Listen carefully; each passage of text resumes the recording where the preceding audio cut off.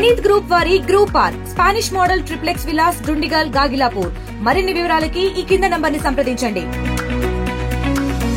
మావోయిస్టులను ఏరివేసే దిశలుగా ప్రభుత్వం కూబింగ్ నిర్వహిస్తున్న సమయంలో ఆపరేషన్ కగార్ పేరుతో కూబింగ్ నిర్వహించింది. ఆ కూబింగ్ నిర్వహిస్తున్న సమయంలో మావోయిస్టులు అమర్చిన గ్రెనేడ్కు బలైపోయాడు వడ్ల శ్రీధర్. కామారెడ్డి జిల్లా పల్వంచ గ్రామానికి చెందిన శ్రీధర్ వీరమరణం పొందడంతో గ్రామంలో విషాదఛాయలు అమ్ముకున్నాయి. ఆ గ్రామానికి సంబంధించి పూర్తిగా ప్రభుత్వ లాంఛనాలతో ఆ శ్రీధర్ను అంత్యక్రియలు చేశారు ప్రభుత్వము. మొత్తంగా చూసుకోవచ్చు, ఆపరేషన్ కగార్లో భాగంగా ములుగు జిల్లా వాజేడులో కూబింగ్ నిర్వహిస్తున్న సమయంలో ల్యాండ్మైన్ పేలి వీరమరణం పొందిన శ్రీధర్కు ప్రభుత్వం నివాళులర్పించింది. అసలు కుటుంబ సభ్యులు ఏమనుకుంటున్నారు? ఆ శ్రీధర్ ఎన్ని సంవత్సరాల క్రితం గ్రహణ్స్లో చేరాడు? ప్రభుత్వము ఆయనకు ఎలాంటి సహాయ సహకారాలు అందించింది? మొత్తంగా అయితే శ్రీధర్ మృతి పట్ల గ్రామంలో విషాద ఛాయలైతే అమ్ముకున్నాయి. శ్రీధర్ కుటుంబానికి ప్రభుత్వం ఏ రకంగా సహాయం చేసింది? ఆ శ్రీధర్ మరణం ఆ గ్రామానికి తీరని లోటు. శ్రీధర్ అన్నదమ్ములు ఎంతమంది? వారికి శ్రీధర్కు ఎన్ని రోజుల క్రితం పెళ్ళైంది? శ్రీధర్ ఎక్కడ చదువుకున్నాడు అనే అంశానికి సంబంధించి ఆ కుటుంబ సభ్యులను అడిగి తెలుసుకుందాం. పోలీసు ఉద్యోగం చేస్తున్న శ్రీధర్తో పెళ్ళైంది 8 నెలల క్రితం. అయితే శ్రీధర్తో తనతో కలిసిమెలిసి ఉంటాడు, జీవితం 100 ఏళ్ళు సాగిస్తాడు అనుకున్నాం. కానీ అనుకోని ఘటన, మావోయిస్టుల గ్రెనేడ్కు గురై మృతి చెందిన ఘటన కామారెడ్డి జిల్లా పల్వంచంకు చెందిన శ్రీధర్ మృతి చెందడంతో కుటుంబ సభ్యులు కన్నీరుమునిగా వినిపిస్తున్నారు. శ్రీధర్ భార్య ఉంది. అసలు శ్రీధర్ భార్యను అడుగుదాం. అసలు ఎప్పుడెప్పుడు మాట్లాడేవాడు? అమ్మ చెప్పండి, మీ పేరేం పేరు? అసలు ఏంది మీతో ఎప్పుడెప్పుడు డ్యూటీకి వెళ్ళి వస్తూ ఎలా ఉండేవాడు? పేరు శ్రీవాణి, మా పేరు శ్రీధర్. పొద్దున మార్నింగ్ వెళ్తుండే 4కి వెళ్ళి మళ్ళీ 8కి 8:30 వరకు వస్తుండే. మళ్ళీ 12కి పోతుండే. 12కి వెళ్ళి మళ్ళీ ఈవినింగ్ వస్తుండే. ఈవినింగ్ 6కి వచ్చి ఉంటుండే. డ్యూటీ ఎప్పుడెప్పుడు మారుతూ ఉంటుండే, ఒకే టైం ఏమి ఉండకపోతుండే. ఇట్లా ఎన్ని మాటలు పోయి వచ్చిండు అట్లా గ్రహణ్స్ చాలా టైమ్స్ వెళ్ళొచ్చిండు టాస్క్ వల్ల. 15 డేస్కి ఒకసారి, 3 మంత్స్కి ఒకసారి ఓడి వెళ్తుండే. 15 డేస్ ఇప్పుడు వెళ్తుండే ఈ మంత్లో. కానీ వెళ్ళలేదు. ములుగు వెళ్ళండు ఈసారి, అక్కడనే చనిపోయాడు ములుగులో. ఇప్పుడు శ్రీధర్ లేని లోటు ప్రభుత్వం మీకు ఏమైనా హామీ ఇచ్చిందా? మీరేమనుకుంటున్నారు? ప్రభుత్వ ఉద్యోగం ఇస్తా అని చెప్పింది నాకు. మీరు ఇక్కడే అంటే శ్రీధర్ కుటుంబంతో ఇక్కడే ఉండాలనుకుంటున్నారా? ఇప్పుడు ఇంకేం నిర్ణయించుకోలేదు, కానీ 8 months అవుతుంది. ఇంకేం ఆలోచించలేదు. వాళ్ళు ఆలోచించి చెప్పమన్నారు. ఇంకా ఇప్పుడు శ్రీధర్ మీతో కలిసిమెలిసి అంటే 8 నెలల క్రితం మీకు మ్యారేజ్ అయింది. 8 నెలల నుండి మీరు అందరూ కూడా కలిసిమెలిసి ఉంటున్నారు. ఏ రోజైనా ఇట్లా పోలీసులో బాధ, ఇలాంటి ఉద్యోగం ఉంటుందని ఎప్పుడైనా చెప్పుకున్నాడు? చెప్పలేదు. నేనే అంటుంటే ఇక్కడ ఉద్యోగం లేదు, ప్రాణాపాయం ఉందని చెప్పి వద్దని అన్న. బెటాలియన్కి చేంజ్ చేసుకోమంటే 1 year తర్వాత చేంజ్ చేసుకుంటా అన్నాడు. ఇంకా 4 months అట్లా తర్వాత చేంజ్ చేసుకుంటా అన్నాడు. ఇక్కడ చేంజ్ చేసుకొని ఇక్కడే సెటిల్ అవుతా అన్నాడు. శ్రీధర్ బ్రదర్ శ్రీనివాస్ ఉన్నాడు, చిన్నోడు. అసలు ఇంతవరకు చదువుకున్నాడు? ఆ కుటుంబం ఎలా సాగుతుండే? శ్రీనివాస్తో అడిగి తెలుసుకున్నాడు. చెప్పండి, మీ అన్న లేని లోటు చాలా తీరనిది. మీకు చాలా దగ్గరగా ఉండి నేను చేదోడు బాదడుగా చూసుకుంటున్నా అంటున్నారు. అసలు ఏంది, అసలు ఏం జరిగింది, ఎట్లా? ఇప్పుడు పోతున్నట్టే పోయిండు డ్యూటీకి, మళ్ళీ వస్తా అని చెప్పి. ఈసారి రాలేదు. ఏదున్నా మా అన్ననే చూసుకుంటున్నా. నాకు ఎక్కువ మా అమ్మ కన్నా నాకు మా అన్ననే ఎక్కువ. మా అన్న లేకపోతే నాకు బతకాలని కూడా అనిపించింది. అన్నిటికీ మీ అన్ననే ఉండేది? అన్ననే మాకు, మా అమ్మ కన్నా నాకు అన్ననే ఎక్కువ చూసుకున్నాడు. ఎన్ని రోజులు ఏది అవసరం ఉన్నా చిన్నప్పటి నుంచి నాకు అన్ని మా అన్ననే తీసుకొచ్చిండు. ఇప్పుడు లేదనేసరికి నాకు మస్తు బాధ అవుతుంది. ఏం చేయను అర్థమవుతుంది. డిపార్ట్మెంట్లో పనిపోయేటప్పుడు మీ అన్న ఏమన్నా చెప్తుండేనా? చెప్తుండే, ఇంటికాడ జాగ్రత్త, మంచిగా ఉండురి, ఏం కాదు మళ్ళీ వస్తా అని చెప్పిండు. ఈసారి కూడా అట్లని చెప్పిండు, కానీ ఈసారి రాలేడు. ఇక అనుకోకుండా అది అట్లా అయిపోయింది.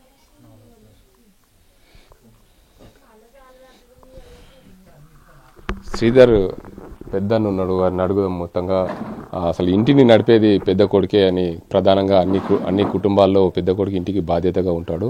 శ్రీధర్ అన్నయ్య ఉన్నాడు. చెప్పండి, మీరు ఏం పని చేస్తారు? అసలు మీ తమ్మునికి చేదోడు వాదగా ఉండాల్సి మొత్తం అన్నీ మీరే దగ్గరుండి చూసుకున్నారు. మీ నాన్న పోయిన తర్వాత మీరే అన్ని ఉండి చూసుకున్నా అని చెప్తున్నారు. అసలు ఏంది పరిస్థితి?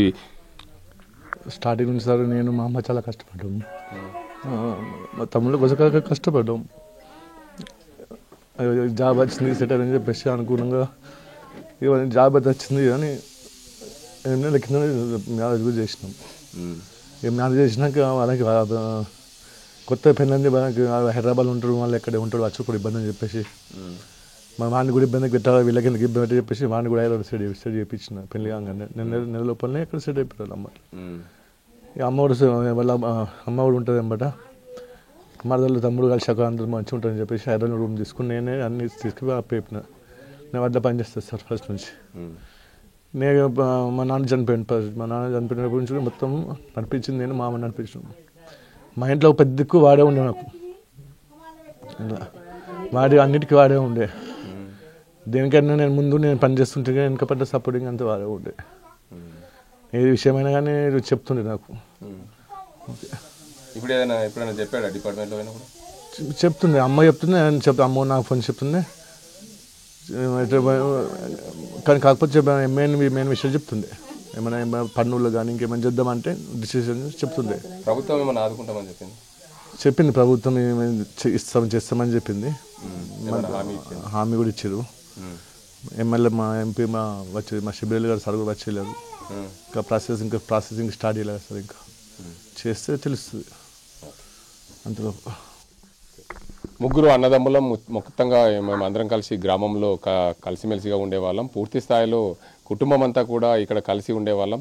4 సంవత్సరాల క్రితం నాకు మా తమ్మునికి పోలీస్ ఉద్యోగం రావడంతో హైదరాబాద్కు అమ్మతో పాటు పంపించి వస్తూ పోతూ ఉండేవాడు. తర్వాత 8 నెలల క్రితం పెళ్ళైంది. పెళ్ళైన తర్వాత తమ్మునితో అమ్మ కలిసి ఉండాలని, చిన్న తమ్ముడు తమ్ముడితో ముగ్గురు ఒకే దగ్గర ఉండాలనే ఉద్దేశం మీద నేను హైదరాబాద్కు పంపించాను. అందరూ కూడా అక్కడ కలిసిమెలిసి ఉన్నప్పుడు గ్రేహౌండ్స్లో ఉద్యోగం కాబట్టి ఎప్పుడు 15 రోజులకు ఒకసారి డ్యూటీలు చేంజ్ అవుతుండే. నిన్న జరిగిన ఏదైతే ఘటన ములుగు జిల్లా వాజేడులో మావోయిస్టుల గ్రెనేడ్కు బలైన శ్రీధర్ పూర్తిగా మా ఇంటికి తిరిగి రాలేదు. ఎప్పుడు కూడా వారం రోజులకు 2 రోజులకు ఒకసారి తిరిగి వచ్చేవాడు. ఎప్పుడు కూడా అమ్మ నాన్న మీరు జాగ్రత్త అని చెప్తూ ఉండేవాడు. కానీ ఈసారి వెళ్ళినప్పుడు తిరిగి రాని లోకాలకు వెళ్ళాడు. మా కన్నీటి కోత, మాకు గుండె కోత విధించాడు, కడుపు కోత విధించాడని తల్లి వారి అన్నదమ్ములైతే కన్నీటి మున్నీరుగా విలిపిస్తున్న పరిస్థితి. ప్రభుత్వం మమ్మల్ని ఆదుకోవాలి, ప్రభుత్వం ఇచ్చిన హామీలు పూర్తి స్థాయిలో నెరవేర్చి మా కుటుంబంలో ఒకరికి ఉద్యోగం ఇవ్వాలని చెప్పి ప్రభుత్వం ఇస్తామని చెప్పింది. కానీ మేము పూర్తి స్థాయిలో ఉద్యోగం ఇవ్వాలని చెప్పి కోరుకుంటున్నామని చెప్పి వారి కుటుంబ సభ్యులందరూ కూడా చెప్తున్న పరిస్థితి. చిన్న కుటుంబం, చింతలేని కుటుంబం, గ్రామంలో చిన్నపాటి పనులు చేస్తూ జీవనం సాగిస్తుంది ఈ కుటుంబం. అయితే నడిపి కొడుకు మంచి ఉన్నత చదువులు చదివి పోలీసు ఉద్యోగం చేరాలనే తపనతో పూర్తి స్థాయిలో తెలంగాణ గ్రేహౌండ్స్లో జాయిన్ అయ్యాడు 4 ఏళ్ల క్రితం శ్రీధర్. ఆ శ్రీధర్ అసలు ఆ పోలీసు ఉద్యోగంలో చేరడానికి ప్రధాన కారణం ఏంటి? ఆయన దేశం కోసం పోలీసులకు సేవ చేయాలనే తపన ఎలా వచ్చింది? శ్రీధర్ తల్లి ఉంది. అసలు ఆ శ్రీధర్ 4 సంవత్సరాల క్రితం పోలీసు ఉద్యోగంలో చేరడానికి ప్రధాన కారణం తల్లితో ఏమని మాట్లాడాడు, ఎప్పుడెప్పుడు మాట్లాడాడని దానికి సంబంధించి శ్రీధర్ తల్లి ఉంది అన్నాడు. అమ్మ చెప్పండి, మీ శ్రీధర్ అసలు ఎప్పుడెప్పుడు మాట్లాడేది, అసలు ఎంతవరకు చదువుకున్నాడు? నా కొడుకు నేను హైదరాబాద్లో ఉన్నామయ్యా, తోలుకపోయిండు మమ్మల్ని. అయితే తోలుకపోతే అన్నీ ఉన్నాము, నిత్య వేయకుండా వచ్చు. పొద్దున 5 గంటలకు పోతుండే, 8 గంటలకు వచ్చు, మళ్ళా 9-10 పోవు, మళ్ళీ 12 వచ్చు, మళ్ళీ దీని జరిసేపు రెస్ట్ తీసుకొని మళ్ళీ 4 గంటలకు పోయి 6 గంటలకు వచ్చు. కానీ ఇట్లా టూర్ పంపుతారు చూడు, అప్పుడు ఇలా నైట్ డ్యూటీ దమ్మని పోతుండే, మళ్ళీ పొద్దుగల 7 వచ్చు. మళ్ళీ ఇట్లా అవతలకు పంపిస్తుండంటే 4 రోజుల 5 రోజులకు ఒకసారి పోయిండు వచ్చిండు, ఒకసారి 10 రోజులు పోయిండు వచ్చిండు. మళ్ళీ ఇప్పుడు అమ్మ నేను 5 ఒకనాడు పోయిండు అటు, ఆయన తోట పని లేదని మళ్ళీ పొద్దుగల పోయిండు, పొద్దుకి మరి వచ్చిండు. అయ్యో కొడుక గట్ల పోతుంది ఏమో మళ్ళీ వస్తుంది ఎంత నాకు దడుగుమన్నది అంటే అమ్మ ఏం లేదట, పని ఏం లేదట, వచ్చినామన్నారు.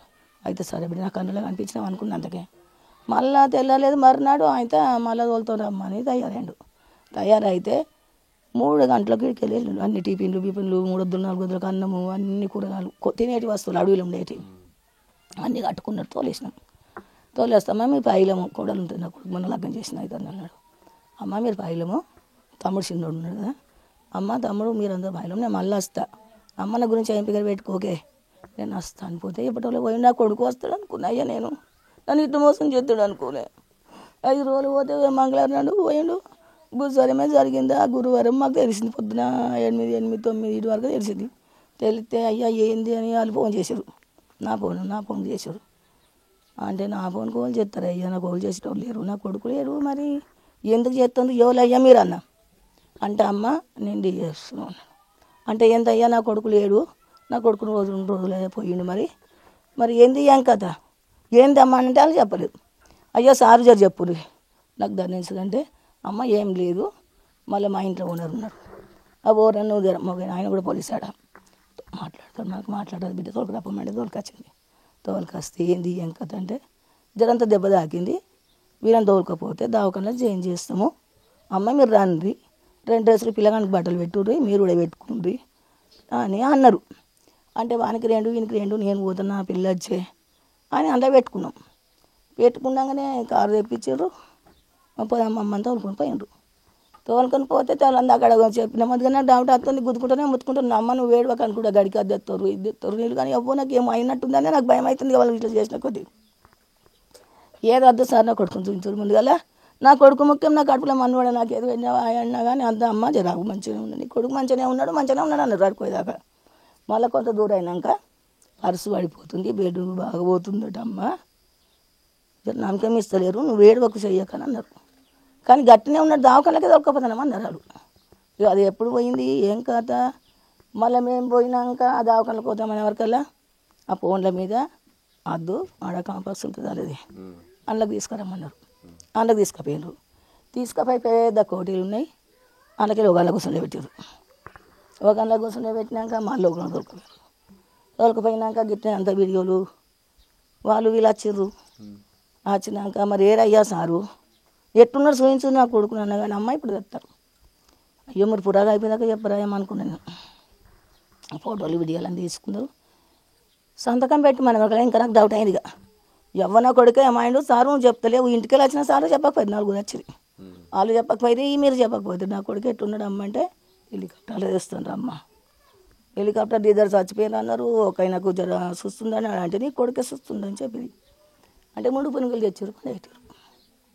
ఇక 3 పునుగులు తెస్తే లాభ మొత్తుకుంటే ఇక ఉన్నాయి ఏముంటాడు. ఇక నేను ఏం చేయాలి, నేను ఏం చేయదు, నేను ఎట్లా చేయదు. ఇక వాళ్ళు చేసారు ఫోటోలు బిడ్డలు దించుకున్నారు, కారు మాట్లాడి పంపించారు. అయిపోయింది. ఇంకేం చేయాలి. ఇక నేను చేతులకు సరిపోయినాక నేను ఏం చేయాలి. అయ్యా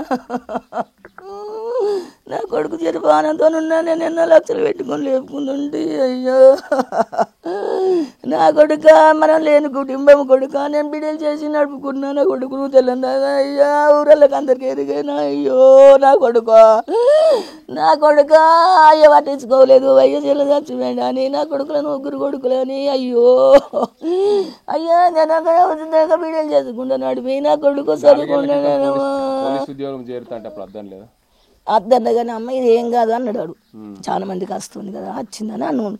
అద్దు బిడ్డ మరి ఇక్కడ చేసుకుని సైడ్ అని అనుకున్నా. అంటే ఏం కాదు హైదరాబాద్లో చేస్తామంటే రామారెడ్డి నుంచి ఒక పిల్లగాడు ఉన్నాడు వీని సోపదోలే, ఆయన కూడా అట్నే చేస్తున్నట్టున్నాడు. ఆయన కూడా అన్నీ చేస్తారు వీళ్ళు చేస్తామంటే ఆడు ఒప్పుకున్నట్టున్నాడు. అయితే వీడు అంటే నేను అనుకున్నాను ఇంత పెద్దదని అనుకోలేదు, ఇట్లా తోలుతాడు అనుకోలేదు. గిన్నెనే ఇట్లా పోతాను రాస్తాడు కదా అట్లనే అనుకున్నా బిడ్డ. నేను నన్ను ఎంత మోసం చేస్తాడు అనుకోలేదు. ఇక రాంగ ఏమో పెద్దగా అయింది అది ఇది అన్నారు. కానీ మనకు అవన్నీ తెలియదు. నాకు కొడుకు చెప్పకపోవు. మా అమ్మ భయపడుతుంది అద్దన్న ముచ్చట, కానీ అమ్మ భయపడుతుంది మా అమ్మ అని చెప్పకపోతుంది. ఎంతమంది కొడుకులు? నాకు 3. ఇంకో కొడుకు చిన్నగా ఉన్నాడు. చిన్న కొడుకు 15 అయింది అయిపోయింది. వాని గురించి అయ్యా నాడు చదువుకున్నాడు, జాబు లేకపోయి నా కొడుకును హైదరాబాద్ ఉంచుతా, నా తమ్ముని అన్ని తోలుకపోయి ఏదైనా జాబ్ చేపిస్తాను తోలుకపోయి. ఇప్పుడు మేము పోయి అయినా 8 నెలలు అవుతుంది 7 నెలలు అవుతుంది పోయి.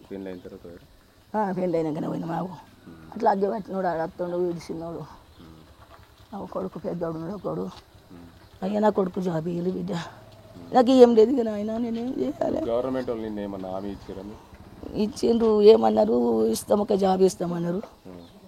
ఆమె ఉంటే ఆమెతో ఉంటే ఆమెకి ఇస్తాం, లేకపోతే ఇంకోళ్ళకైనా ఇస్తామమ్మా నువ్వు కోరుకున్న వాళ్ళకి ఇస్తాను. అడిగిండ్రు నువ్వు చేస్తావని అడిగారు. అంటే అప్పుడు అడిగినప్పుడేమో మా వాళ్ళు వచ్చినాక అని ఆమె అన్నది. అంటే మా లేడికి వచ్చినాక మరి ఏమన్నది చేస్తామన్నారు ఏమన్నారు అన్న కానీ మరి ఆయన అలా అన్నారంటే ఆమె ఉంటా అని మోగని పేరు మేము ఉంటేనే ఆ జాబ్ ఇస్తామమ్మా నువ్వు ఎంపీ ఇక్కడ పెట్టుకోకు, ఇంకేదన్నా మేము చూస్తాము, నువ్వు ఆలోచన చేసుకో అని చెప్పి పోయిండ్రు. ఇక దానికి ఎట్లా చెప్తారు, మీకేం అయ్యా నాకేం తెలియదు, నా కొడుకు నానేం చేతురా నా నాయన, నా నాయన నన్ను ఎట్లా చేసి బిడ్డ అయ్యా. కొడుకు మీరు అంటే అరేంజ్ మ్యారేజ్ అయినా మీరు అందరూ అయ్యో నేను చేసిన బిడ్డ చూసి చేసిన నాయన, నేను ప్రేమించుకున్న పెళ్లి కాదు, ఏం పెళ్లి కాదు బిడ్డ, నేనేం చేయదు. ఏడాడి పెద్దోడు డాడీ. మొత్తానికి చూసుకోవచ్చు, తన కొడుకు ఎప్పుడు కూడా పోలీసు ఉద్యోగం చేయనైతే నేను వద్దన్నాను, పోలీసు ఉద్యోగం మంచిగా ఉంటుందమ్మా, ప్రజలకు సేవ చేయాలనే తపన నాలో ఉంది కాబట్టి పోలీసు ఉద్యోగం చేస్తానని చెప్పడంతో నేను పోలీసు ఉద్యోగానికి ఆ కొడుకుని పొమ్మన్నాను. కానీ నా కొడుకు ఇలా నన్ను నడవంతరం చేస్తాడని చెప్పి అనుకోలేదని చెప్పి తల్లి రోధిస్తున్న పరిస్థితి. ఇది ఇక్కడ పరిస్థితి. కెమెరా సాజింతో గంగారెడ్డి, RTV, కామారెడ్డి జిల్లా. ఇండియా పాకిస్తాన్ ఉద్రిక్తతలపై లేటెస్ట్ అప్డేట్స్ కోసం డౌన్లోడ్ చేసుకోండి RTV లైవ్ యాప్.